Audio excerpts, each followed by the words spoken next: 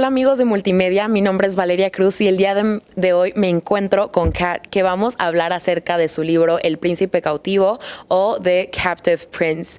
Thank you very much, Kat, for being here with me. Thanks so much for having me. Yeah, so let's start. Yeah. What inspired you to write The Captive Prince, or like how was the initial idea? So when I first started to write Captive Prince, it was about 10 years ago, and it was 2013, and at that time there were not a lot of books on bookshelves with LGBT characters. So I think I was very starved for the kind of story that I wanted to read. It really was a case that I couldn't find what I was looking for anyway, so I just decided that I would try and write it myself.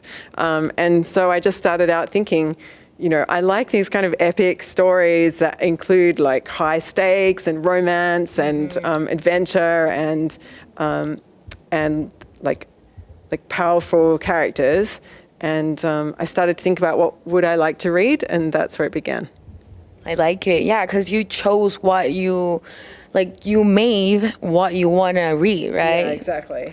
So the world building is immersed. How did you approach the different cultures such as Akielos and Bere? Yeah, so I think like one thing that I find, so some of my series are just purely fantasy, but Captive Prince really at its heart, it's a enemies to lovers romance. And I think to make the romance feel real in a fantasy setting, I feel like it's important to make the world feel as real as possible. So my approach was to try and set these, I kind of drew on some real world cultures in order to make the worlds feel as like real as possible. So there's some elements of ancient Greece in Akielos and some elements of 14th century France in Ver, even though that in a way that doesn't make sense. It's kind of pastiche, but I think there's some ways that the book almost feels a little bit more like historical than fantasy, or at least I hear that from readers sometimes. Nice, like you choose different cultures and you implement them, right? Yeah. So how did you balance romance, power, politics in this story? I think I started from the romance first.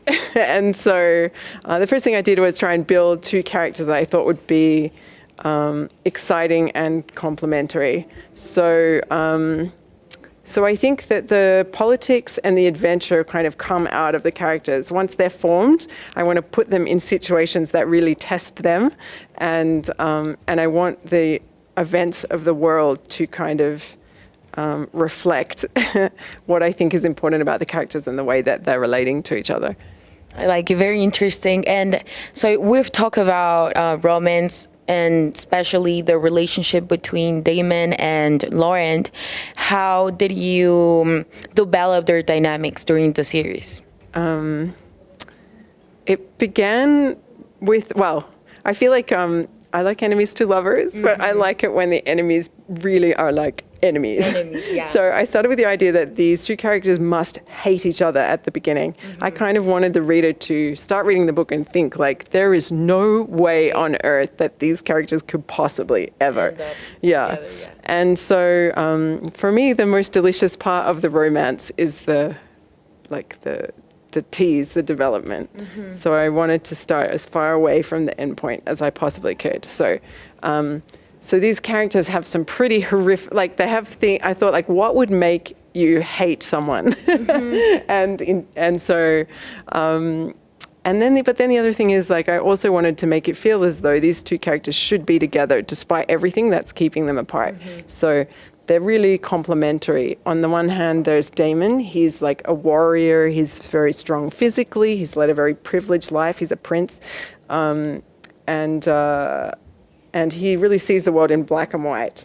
And then there's Laurent, and he's very warm, very open, very free in his expression. Then there's Laurent, he's very restrained, he's highly intellectual, lives in the world of like grey morality, and he's not necessarily, and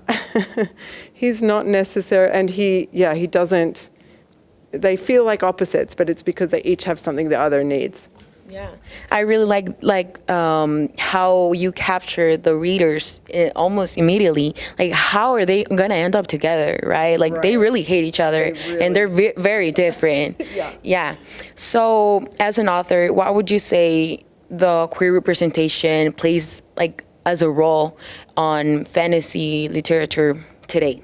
Yeah, today I feel like so much has changed since I first started writing Captive Prince. Like back then, not only were there almost no queer characters in fantasy, like if they did exist in fantasy, I feel like they were always like oppressed.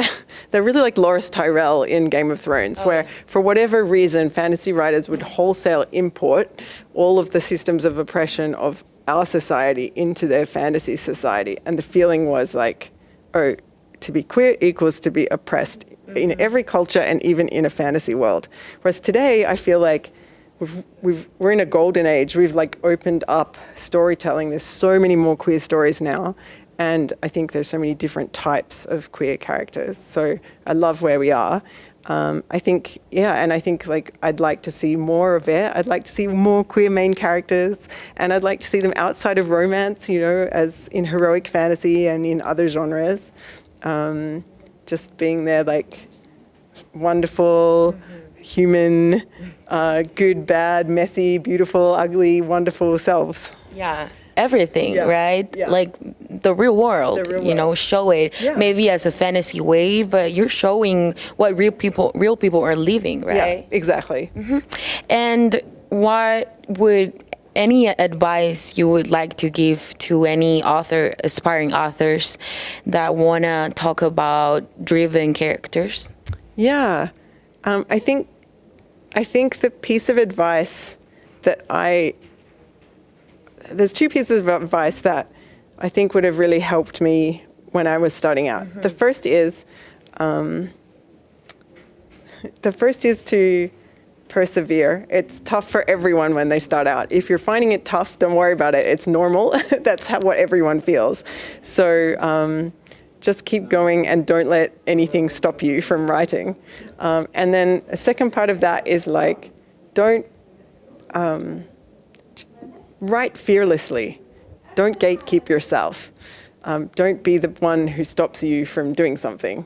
So the thing that you want to write, just write it. And let other people worry about it. I like it. Like, just keep going and being authentic, right? And finally, any message you would like to say to the audience? Yeah. I'd just like to say I'm so excited and happy to be here in Mexico. And I'm so, like, the community of Mexican readers that I have here has been so warm and welcoming and amazing. So thank you all so much for reading, and I hope I get a chance to meet some of you over the next couple of days. Thank you so much, Kat. Entonces, ya escucharon, amigos de multimedia. Si todavía no han tenido la dicha de empezar esta trilogía, esta es su señal. No se pierdan de El Príncipe Cautivo, o en inglés, The Captive Prince. And Kat, thank you so much again, and congratulations, because the trilogy is going great, like more than great. So thank you so much. Thanks. This has been a real pleasure. Thank you. Yeah, and mi nombre es Valeria Cruz, con imágenes de Andrea Tejeda.